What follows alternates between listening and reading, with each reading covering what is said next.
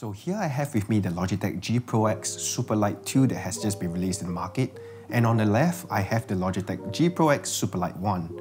If I were to put it side by side, I wouldn't be able to tell the difference. They have made some updates to the Superlight 2, keeping the good stuffs, and I'm here today to share with you what are some of the updates that they have made and my first impression of it. So let us talk about the shape of the mouse first. Logitech has stuck to the same shape that users like myself, who have been using it for the longest time, have come to love. What I like about the Superlight is the simplicity in its shape with its two side buttons.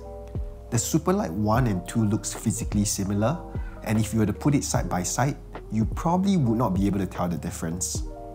The only real difference is on the bottom of the mouse, where they have gone from a glossy to a matte edge.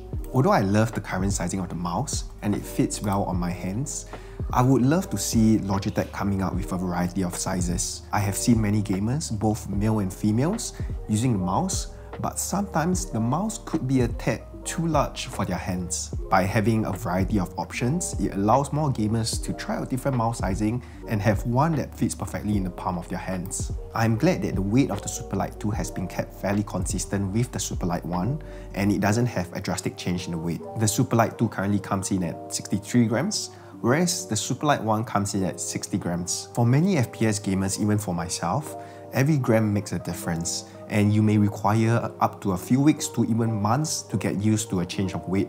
So I think what Logitech is trying to do here is keeping the weight fairly consistent and making sure that the users who are already using the Superlight 1 would be able to easily adapt to the Superlight 2. Although I know that there are different brands coming out with lighter mouse in the market, I personally feel that a lighter mouse isn't always better. There comes a point where the mouse gets a bit too light for you to feel it in your hands, and that's where you start giving up control and accuracy, especially so in FPS games. But I would like to say that the Superlight right now hits a sweet spot where I believe that many professionals are currently using it around the 60 grams mark. The battery life on the Superlight 2 has increased compared to its predecessor. Right now, the Superlight 2 gives you up to 95 hours of continuous gaming, compared to its predecessor, the Superlight 1, which comes in at around 70 hours. So this makes it very competitive with other flagship mics that are currently in the market.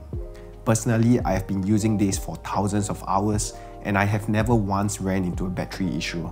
I think all you have to do is just make sure that you're disciplined enough to charge it overnight, and you should be fine. Or even having a 30 minutes charge on the Logitech G Pro should last you for a few hours on your gaming sessions. On the pricing of the Superlight 2, this is currently retailing in Singapore for $249, and this was almost similar to the pricing of the Superlight 1 when it was released on the market. Comparing this to the other flagship mice in the market, I would say that the pricing is definitely competitive, and you have to see it from the perspective of the price to the quality that you're paying for. Moving on to the physical difference of the Superlight 2, one key difference that you will notice is the charging port that the Superlight 2 uses. It now comes with a USB-C cable instead of a micro USB cable. Having the original micro USB cable isn't the most optimal because that would mean an additional cable on your desk. Whereas now that you get to utilize the USB-C, you'll be able to charge your Superlight 2 by using the cable from your keyboard. So this means one less cable required on your desk. This is definitely a simple change, but one that is much appreciated by many users. The Superlight 2 mouse feet comes with the same standard stock PTFE feet that are essentially unchanged. It comes slightly lighter in color, but same thickness with a slightly different shape. The Superlight 2 also feels smoother on the mousepad to me, and it could be due to the shape of the mice feet where it loops out a little more than the Superlight 1. The biggest change from the Superlight 1 to the Superlight 2 is the mechanical switch, which brings on the benefits of an optical switch. So what this means is that you never have the double clicking problem that you have probably faced on its predecessor. Putting up the Superlight to the test, both mouse feels like it requires the same actuation force. However, the Superlight 2 feels more tactile and snappier. The Superlight 1 also has a higher pitch click, whereas the Superlight 2 sounds slightly deeper. So let's take a closer look at how both mouse sounds like.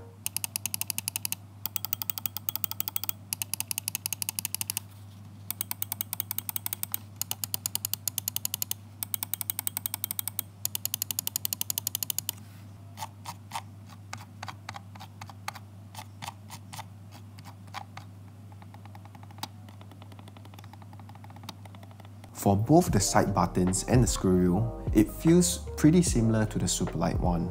The Superlight 2 scroll wheel feels more fluid and it takes the same amount of pressure for the middle click as the Superlight 1.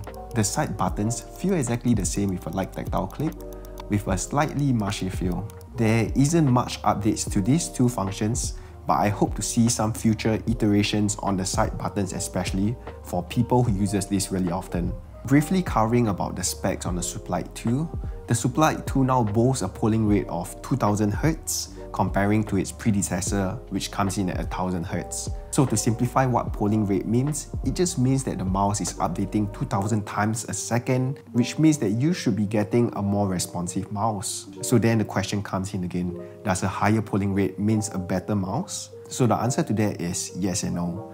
There are certain mouse that allows you to get up to 8000 Hz polling rate, but then again, you need a monitor with a higher refresh rate that will be able to handle that polling rate.